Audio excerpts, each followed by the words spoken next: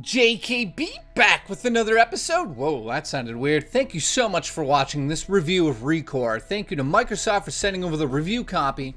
And thank you, Inufune, for coming back from Mighty Number 9 and making something that's so much... that's really incredible. That's a game. Thank you.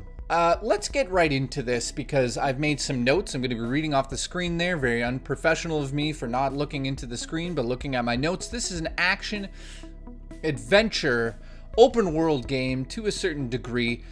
It is the typical, almost kind of like, you know, Metroid Prime. Let's just bring that up because it is partly designed by one of the creators of Metroid Prime.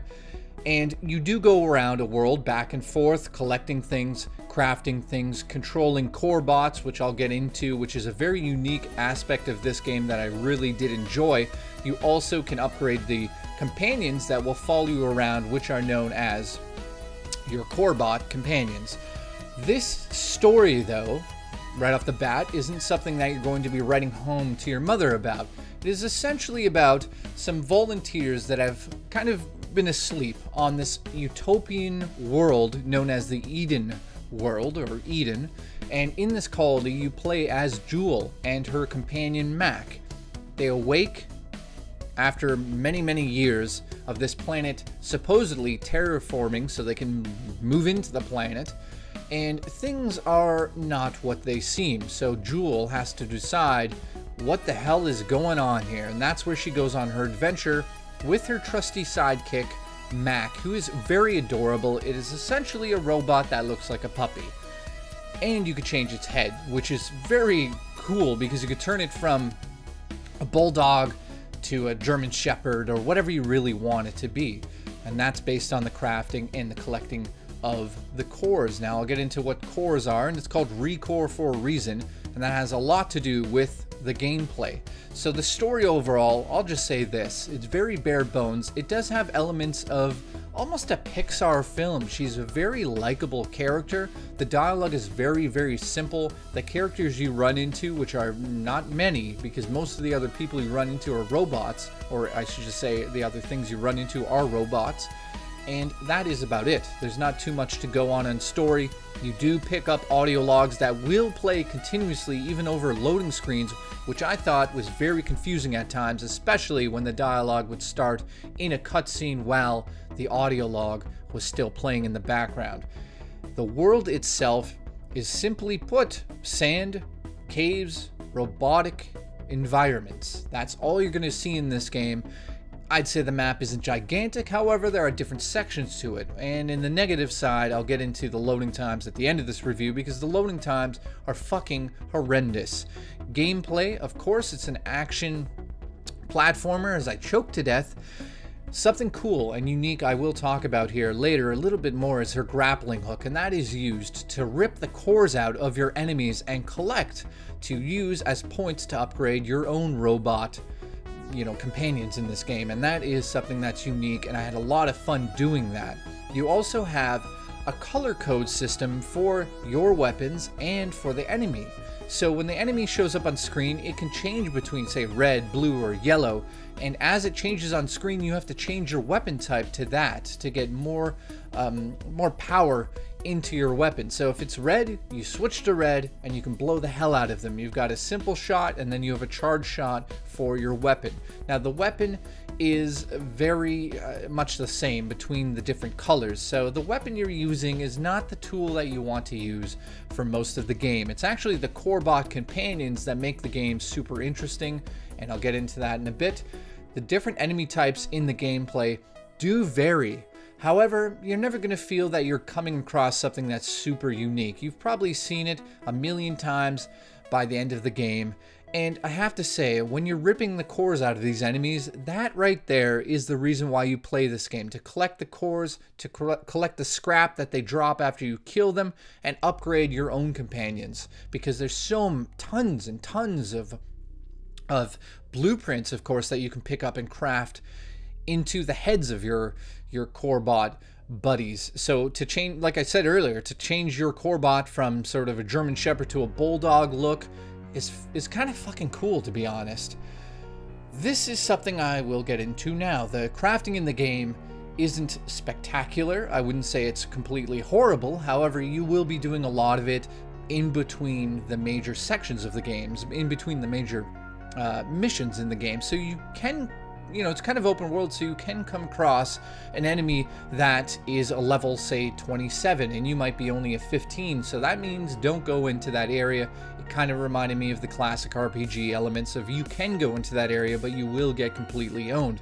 Now, when you are crafting, you are essentially finding a ton of junk and then taking 3 of them and turning it into 1 golden piece, which will have some sort of ability attached to it. So like maybe 50% more shield on your core bot companion. Now the core bot companions are a huge part of the game, which I'll get into in the plus side of the game. Last but not least, before I get into the plus and minus, the core collection is what's spectacular in this game. So she's got a grappling hook, and you use this thing at the right time, and you bash in the right analog stick, and she connects the grappling hook to the center core of the robots that you're facing. And what's unique about this is there's so many different little systems in place here, but when you take down say a red enemy and you're using a red gun, at a certain point you'll see it pop up and it'll say attach essentially your hook shot to it, and you can rip out its core. Again, you're collecting the cores to update your own robots. So of course this is something that is a lot of fun for some odd reason. I don't know, it's like playing a tug of war game, because you pull on the cord and it'll go red if the enemy is pulling on the other side, and if you pull too long it goes white and the cord will snap off. So what you need to do is take him down to a certain level of damage, maybe about 10% left on his health, and time it correctly, because you also have to pay attention to the other enemies that are going to be attacking you while you play the grappling game with the certain enemy you've attached to. So it does really come into effect. And then lastly here, the core bot companions are probably the most fun you'll have with the game. When you send in Mac, who is essentially a little puppy, and level him up by collecting cores from all the other enemies, he becomes super powerful. Highly suggest to upgrade him first, because when you upgrade him and he does his dash move, which you can send in, it also has, you know, a recharge meter on it as well. But when you send him into battle, wow, he kicks some major ass. And the other cool part is, further in the game, I'm not going to give away too much here, but you get other core bots that you can command.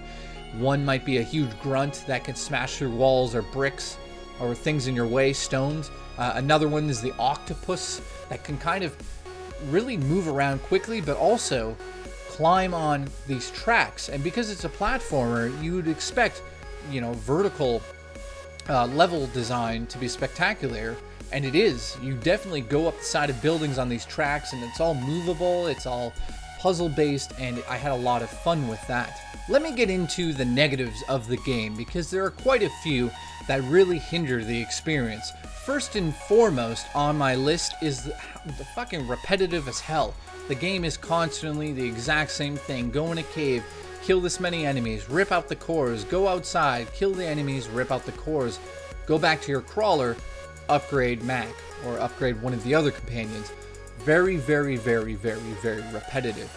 Have to point out though, and this is a question I wanted to ask a lot of people out there, do you think the price of a game should affect the actual score of a game? Because this is a lower price game here in Canada. It's actually $49.99, I believe, which is $20, $30 cheaper than most AAA titles. This isn't, I wouldn't say a AAA title by all means, because I believe it is on the Unity engine. And wow, at points in time, you're looking at a PS2 game that is just remastered for PS4 and Xbox One. Well, not PS4, but you get what I'm saying, because that would be weird if I played it on PS4, it's exclusive to Xbox, and that would be weird. Frame rate.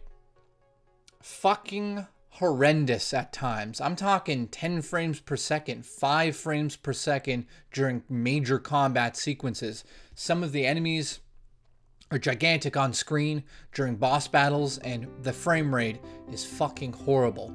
Next on the negative list is the UI problems that I encountered. Very nitpicky stuff, but when you're upgrading your core bots using your points, usually in RPGs you would hit like spend all, and it would just spend all of your points to upgrade it to its max ability on screen. However, in this, you gotta push the button, and just take a nap for about 3 hours until your core bot is fully upgraded with the amount that you want to put into it. It is very, very, very, very fucking ridiculous at times.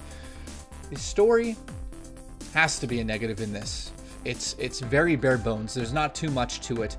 The voice acting, on the other hand, is super fucking mediocre. Again, it's just there to suit the gameplay. The gameplay is a shining star in this game that has many, many problems. The loading times, every time you die, it's like 2-3 minutes of loading just to get to the part you were in.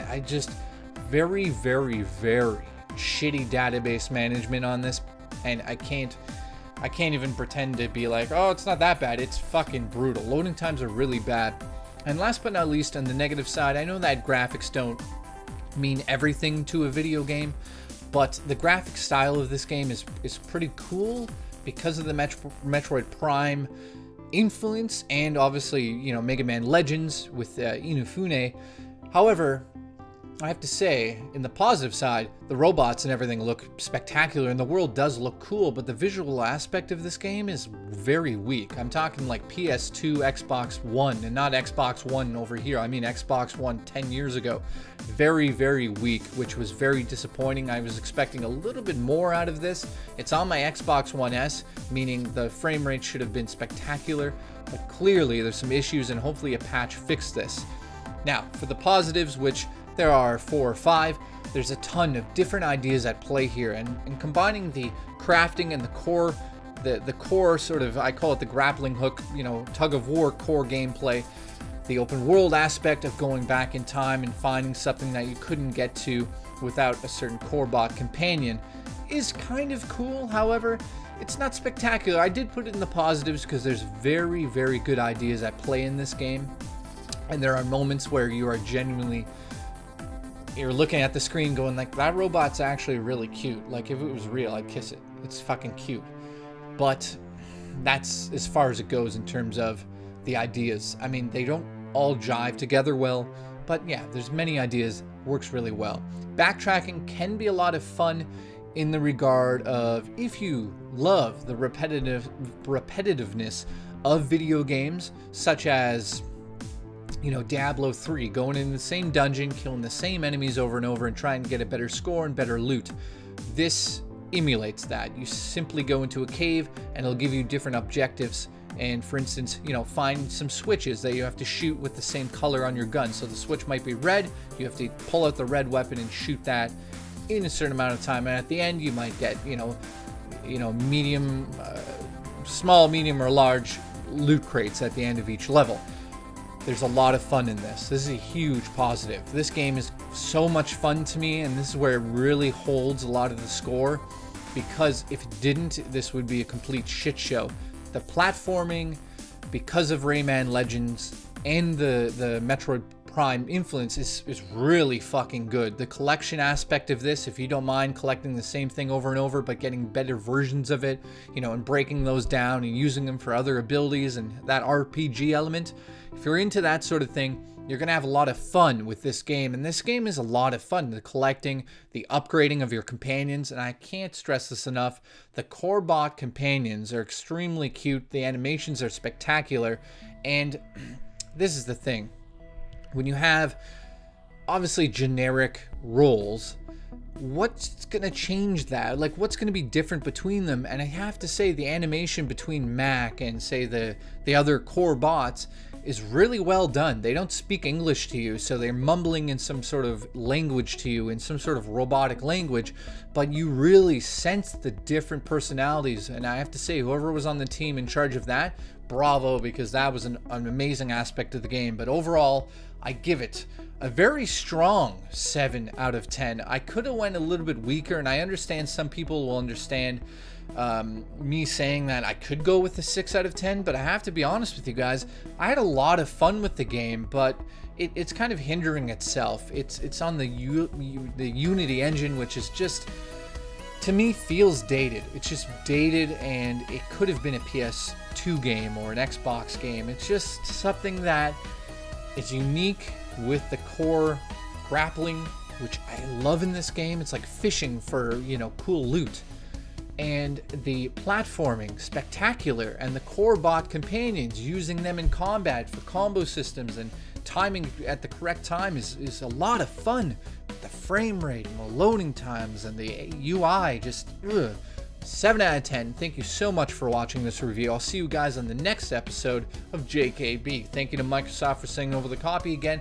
Guys, let me know in the comments below, what is your favorite aspect of Recore if you've purchased it. Thank you so much. I'll see you guys soon.